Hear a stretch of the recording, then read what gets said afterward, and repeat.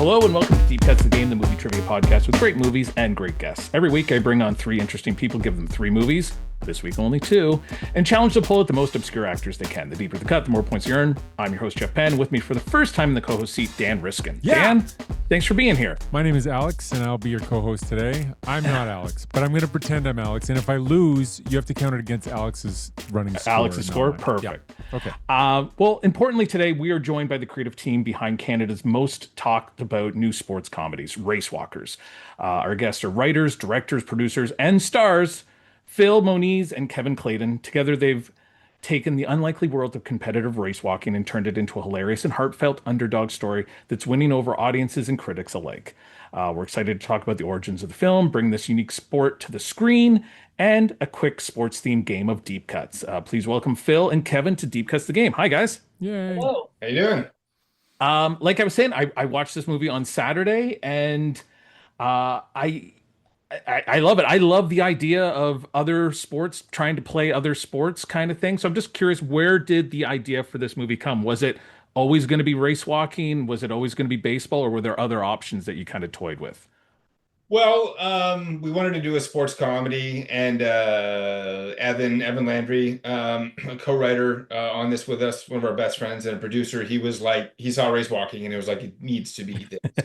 Obviously, it needs to be this. And the great thing about it too is you could do it on a budget. We don't not like, You don't need a stadium or a court or anything. right. It's like Yeah. you just need a path.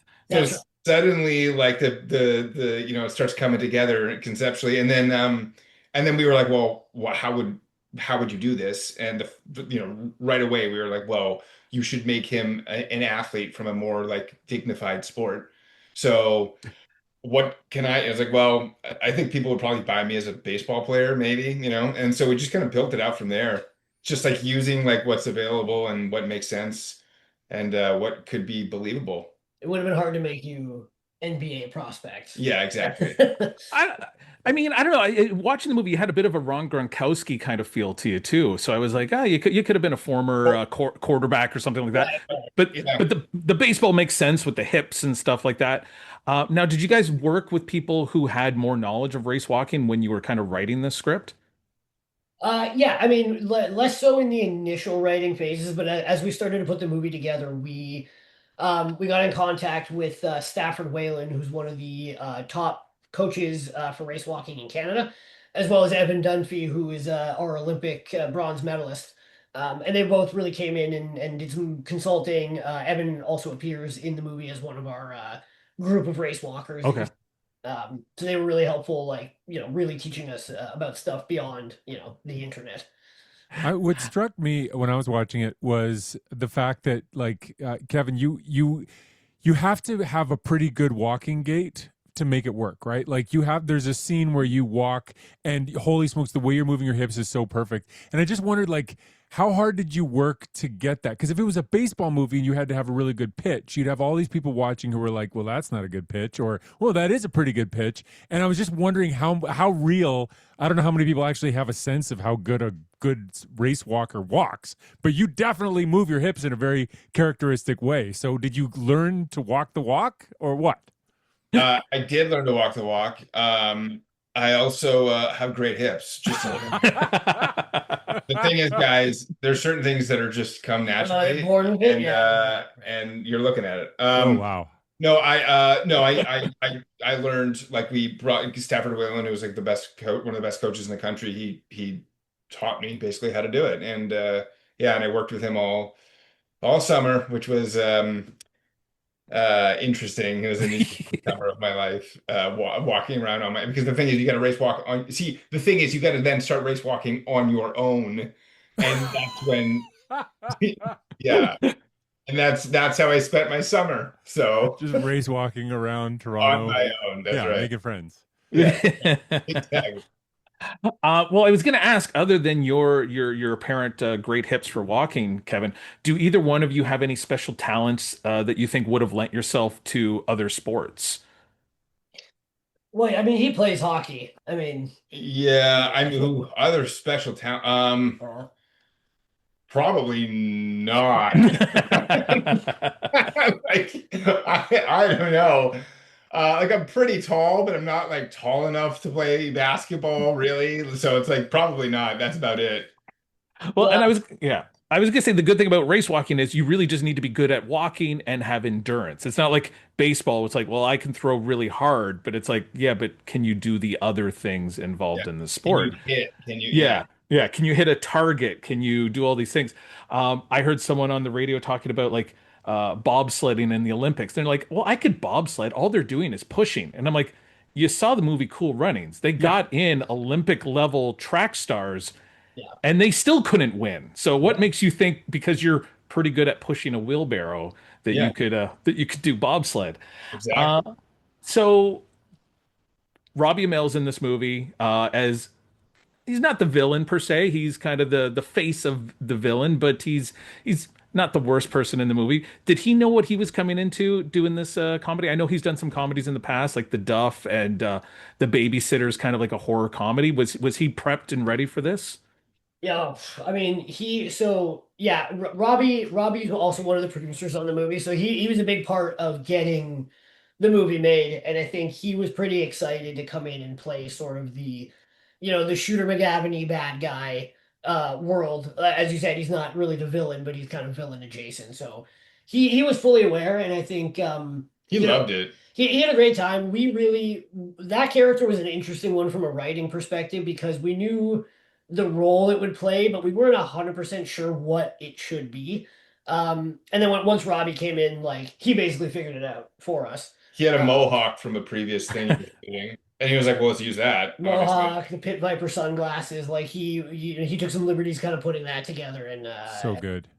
it was Yeah. So funny. strong look. he's so good. Yeah. Seriously, this I love this movie. I was thrown by it. I really thought it was just fabulous. But I kept thinking, you got two guys who are like the co kind of stars, and then you're also the co-directors. Like, how on earth does that actually work? How does a scene get put together with that many cooks in the kitchen? I mean, it's a great question. I think, yeah. Well, it starts off like Kevin and I, we share the same taste and we prep a lot. So on something like this, especially when you're on camera as much as we were, we really tried to make sure that we were coming to set like over prepared and like really knowing our stuff with, allowing yourself to work with the other actors to really find the scene and that kind of stuff. So there's a lot of preparation, a lot of just making sure we were on the same page, and then a lot of support by the rest of the team, like our co-writer Evan Landry. He was behind monitor Mm. as a producer a lot. Like when especially when days got really slammed and you had to move quickly and we can't look at every take and that sort of thing.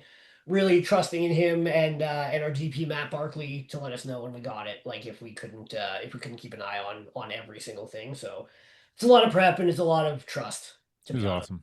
Yeah. Yeah. Okay. Good. Yeah, I think it worked. Like Dan said, like I really enjoyed it. So I want to ask you about the villain in the film. I think his last name's pronounced Burke. It's Greg Burke, Yeah. who plays the kind of the head of the race walking foundation. And I gotta say, congratulations on making a villain that I hated within about 30 seconds of meeting him. Hmm. Yeah. Right? Like just that opening sequence where he's very rude to you, Phil. I was just like, God, I hate this guy. Like, I wanted to be in that room. I wanted to be the person telling him to shut his mouth. So it was, it was you hit the Shooter McGavin kind of nail in the head there with that guy. Hmm. Greg's great. I just watched him in a Netflix series, and I think people would remember him from A History of Violence, if I'm not Yes. mistaken. Right? He gets Yeah. a. I'm not sure if he gets a coffee pot across the top of the head from Yeah, that's right. Ego, Yeah. but yeah, that opening, he plays a great villain. What's it like working with a guy who I don't even know if you have to give him direction to play villain? Like, what's he like? I mean, Wow, he's amazing to work with. He's such a pro. We got him on this movie. He did it for no money, and he's on this movie because he worked with Robbie and Jeff on Code 8, and he Okay. played a part in Code 8, and they loved working with him, and he's incredibly talented. And so they were like, they set up a meet with us and Greg, and we kind of hit it off, and he trusted us, and then he showed up on set and was just like, he's also the funniest dude you'll ever and meet, then like the in real sweetest life. man, like the Yeah. sweetest man, which is hilarious because he plays psychos all the time. Like Hmm. he's a legend, and but he plays like legitimate scary guys. So I mean, we can only take so much credit in the writing for what you described in terms of the balance of that villain. I mean, he really made it his own, and it doesn't really work without the right actor in that position because it's super easy to go in a bunch of different directions with it that wouldn't work. So Yeah, Yeah. there. I mean, there were so many. He's fabulous. The receptionist at the doctor's office will like yeah, had me laughing out loud every single time she did yeah, anything. Allison She was Beyond. brilliant. Yeah, she's great. I mean, we really wanted to build a little world here without taking too much time. I mean, it's a sports comedy. We don't need this thing to be 2.5 hours long. Right. That was probably one of the most difficult things in the editing process is we have all these little characters that we really wanted to make sure were fully realized, have some of their own arcs, even if they're only in a scene or two. And then we got so lucky with how good the cast was, Hmm. when it came to kind of keeping the pace of the movie up and that sort of thing, like your stuff left on the cutting room floor, that is just like great stuff from people like Greg and Allison. Yeah. Incredible. Great. Yeah, I noticed there was the outtakes at the end of the movie, and one of the other characters that I really enjoyed, I think it's Ryan who plays Paul, Yeah. and there's just so many little jokes there, like, and it's you hate to say like you almost have to say to people like watch the movie, put your phone down for like 85 minutes and watch the movie, enjoy the jokes Yeah. because there's enough little callbacks to jokes from earlier, like just even when Greg throws something of Ryan's, and then like I don't know, it's like 5 or 10 minutes later, he's like. Yeah, and it's just like the Apple Care had just run. Like it was like, what a great little line. Like if you're Yeah. not paying attention, Yep. you're completely missing it. Yeah. Yeah. Yeah. It may be a bit of a stretch, but if Racewalkers does well, what do you think could be in store for Racewalkers 2? Would there be another? Ged's Revenge. Yeah.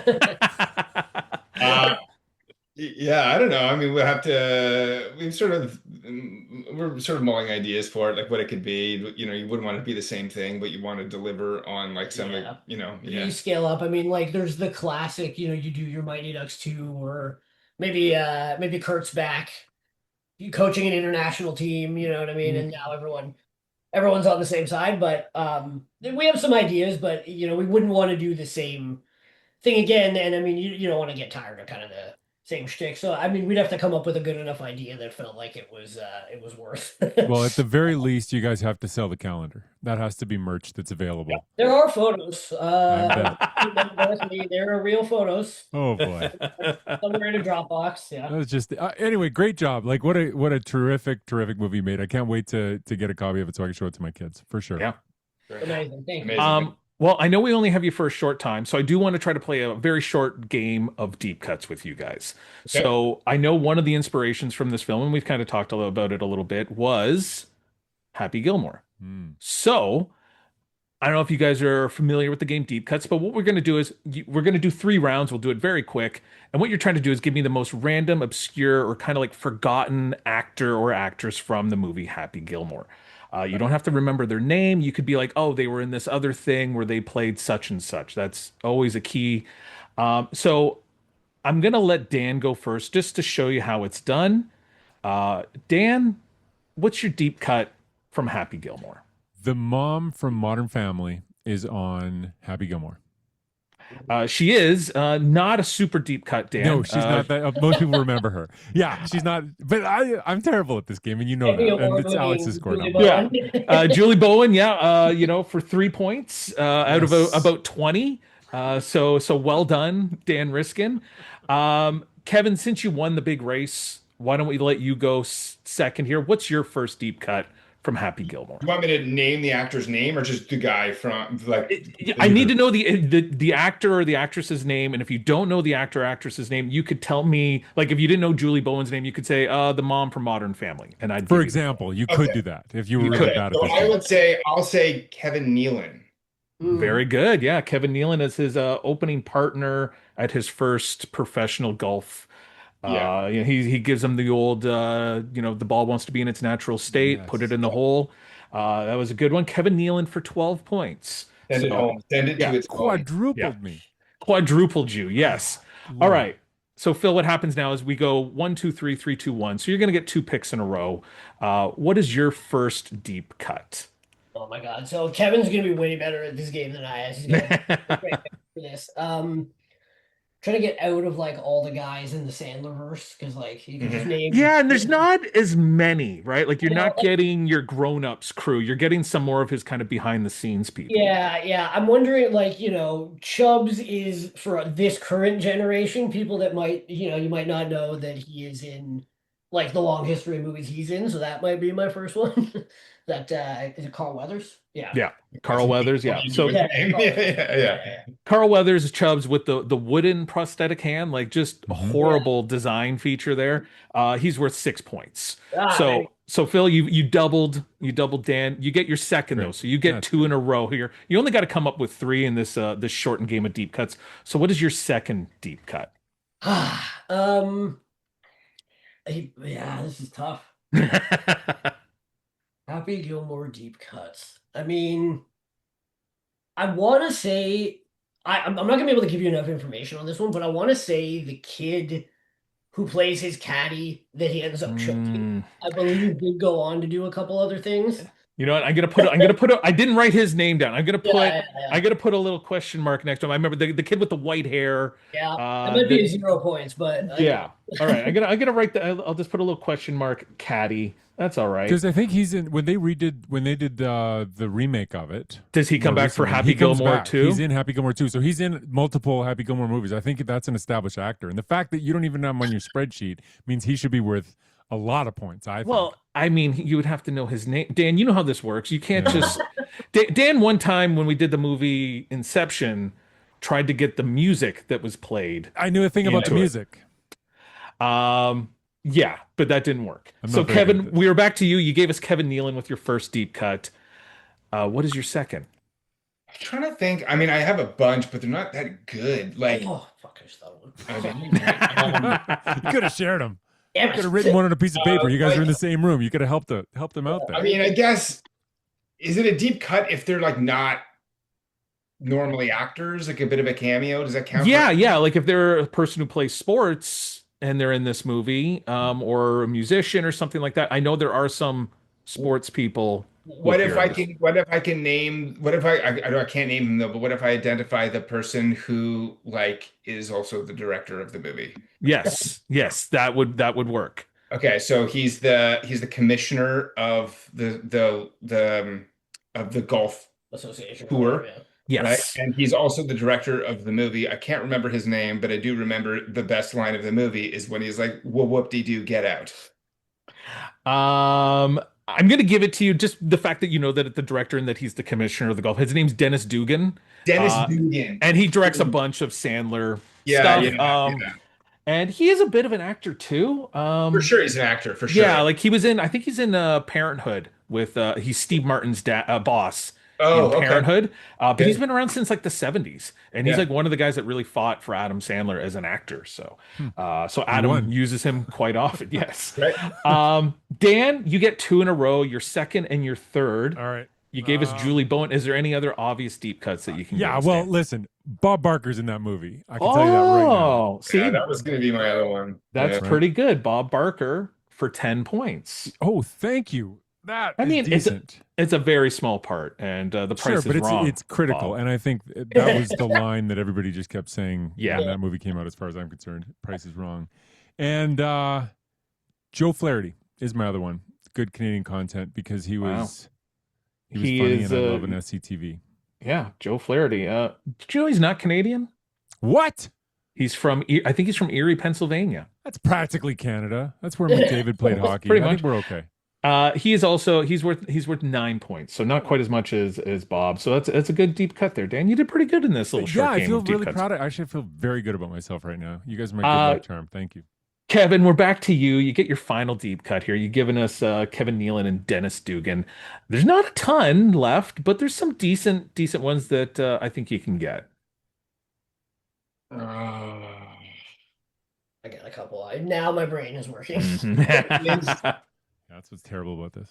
I mean, there a couple of them are like big names. They just have small parts, and that's that's you've done pretty well so far. So I think just putting about- points on the board. That'd be a What short- about I'll name the actor because nobody knows the actor's name, but Okay. I'll put Chris McDonald. Yeah. his shooter.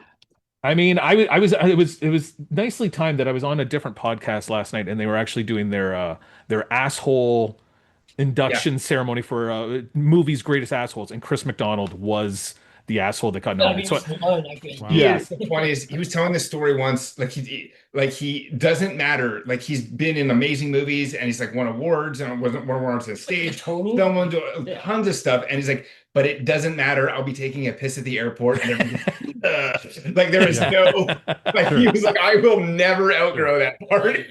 Yeah. It's like more cowbell. That completely Yeah, ruined exactly. Christopher yeah, Walken. Yeah. yeah. Same thing. That's a very good one. He's only worth 3 points as he's Yeah, kind that's of fair the enough. second or third build in that film. Phil, we're back to you. You gave us Carl Weathers. We've got a question mark up for the kid who's the caddy. Yeah. What is your final deep cut? Okay, I got two I'm debating. I don't know what's gonna be more worth more, but I'll go with Will Sasso, who played That one of the movers. that That's is a good one. That's a good one because yeah, he's the one that kind of gets it all started. That's right. Uh, Where so did Will that come from? Sasso, Wow. yeah, Will Sasso with the big the weightlifting belt for 13 Well, points. Yeah. That's Well earned.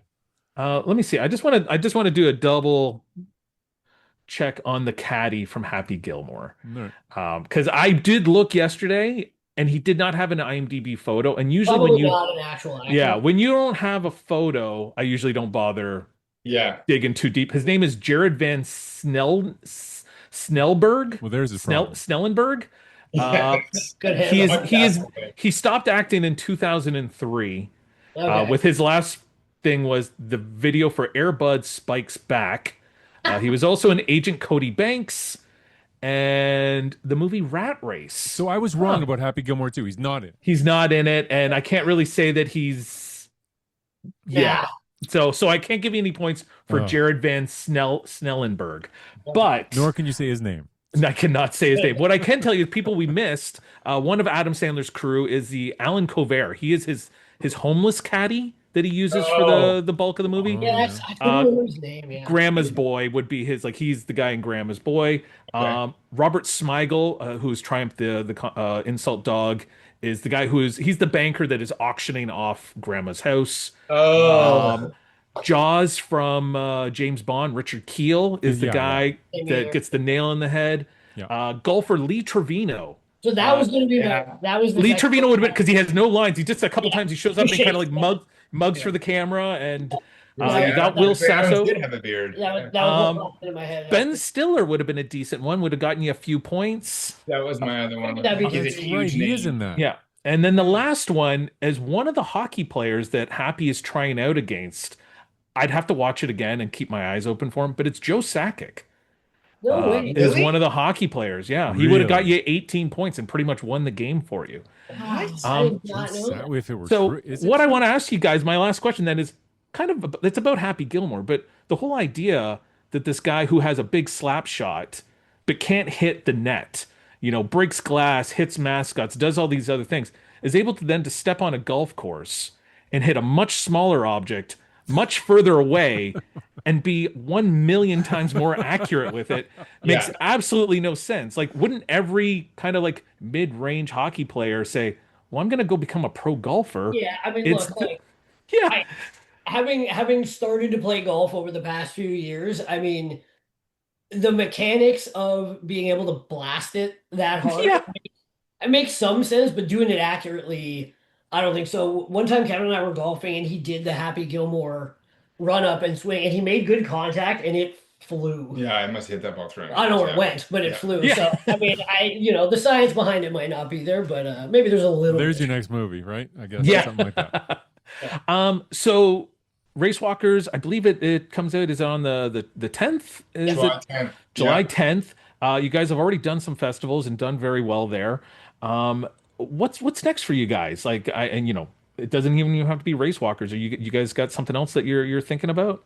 Yeah, we got a couple movie ideas that we're sort of working on right now. And we also kind of want to, I mean, we're directing some television right now, but we also kind of want to dabble in the idea of there's a couple show ideas that we have as well. Like we like that format, that kind of 10 episode stream format. So there's a couple different things that we're kind of working on. And like anything in this business, you just kind of see what takes. and just sort of go through the door that opens up. But yeah, we've got a couple things up our sleeve. We're doing a lot of writing kind of while we've been doing the festival run, so we'll Well, yeah, yeah. I'm excited to see it. Racewalkers is great, man. So Fabulous. yeah. Awesome. Thanks, guys. So I'm gonna give you the final score here. It was a lot closer than I thought it was gonna be. Because my Chris McDonald killed me. That's why. It did. Chris McDonald killed you, but you still won. You came up with 25 points, Kevin. Dan Riskin with 22 and 19 for Phil. So within six names yeah. actor for them. Yeah, if you'd given us Lee Trevino or something instead of the caddy, you win this thing. I know. Yeah, you win it easily. Miss it by that much. So the big prize when you come on Deep Cuts is you get to suggest a future guest. I don't know. Do you guys know anybody that you think has a brain for this type of game that I should try to hunt down and get on the show? Oh man. Who Robbie should do it. Robbie would be good. Robbie would be good. I'm trying to think who what about somebody like Clark Bacco? Clark Bacco. Yeah. All right. Who's I know Robbie. Who's Clark Bacco? She's an actor. She's a great actor. She's she was in the Apple series with Lakeith. She's working all the time. She's in the Venom movies. Okay. She's awesome. Yeah. All right, cool. But yeah, she's really smart too. Fun interview. Perfect. Well, usually this is the part of the show where I get my co-host and he writes me an outro and gives it to me sight unseen and usually makes me do some sort of accent or something to read it. But my co-host Alex is not here, and I did not want to make Dan Riskin write me an outro. So we're just going to give you we're going to give you the very standard. Thanks very much for listening to Deep Cuts the Game, the podcast. Go see the movie Racewalkers wherever you can find it. July 10th. We're not July 10th at Cineplex. Yes. Yeah, we're not blowing smoke here. This movie was really fun. It's good. It's good. Yeah, I have a lot of kind of indie filmmakers come on, and I have to give them guys, wait, great movie. But this really was a lot of fun. I'm really happy that I got to see it, and I'm looking forward to see what you guys have next. Thanks very much for coming on the show. Awesome, thanks. We'll have to do this again. Yeah. Yes, yeah, I'd love to have you guys back on. Yeah, thanks very much. 100%. All right, take it easy. All right. Bye. Thank you. Have a good one.